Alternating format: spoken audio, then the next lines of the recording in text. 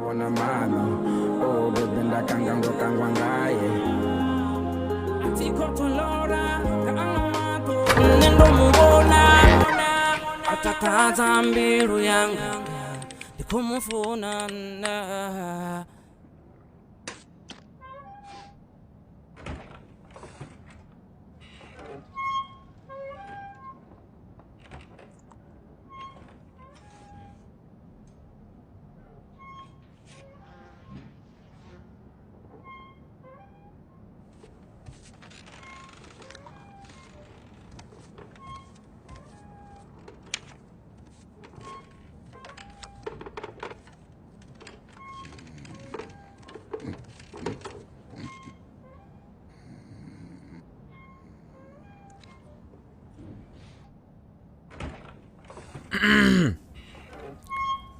Ndiwambela Glaso mati.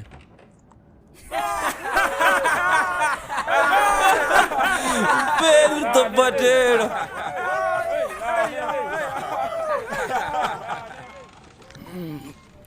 Mkumbu wa mafura tuone ureona.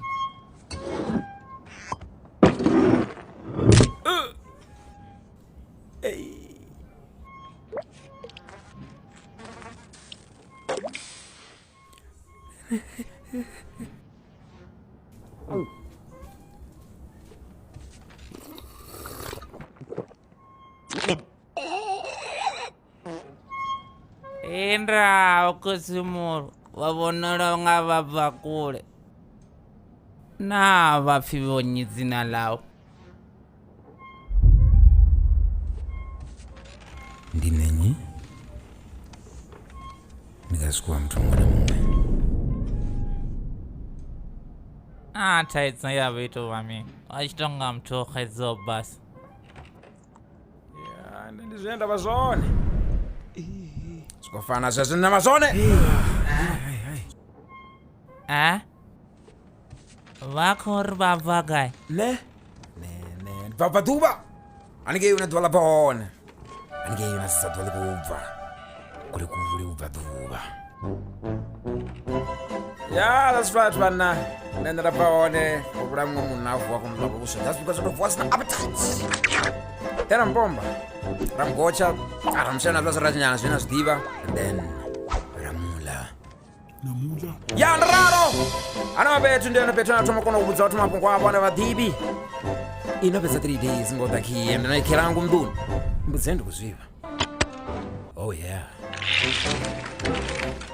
And sunga futhi ke gaming vitambani aliwanga ma sana ningara ndikuvatsini mngara wanga ari kuvatsini ne mngara wanga ngati sokori ndibvaona umwe naone ndabvaona dzingatsi venga mana ngati sokori naone ndabvaona uvipo tonga ne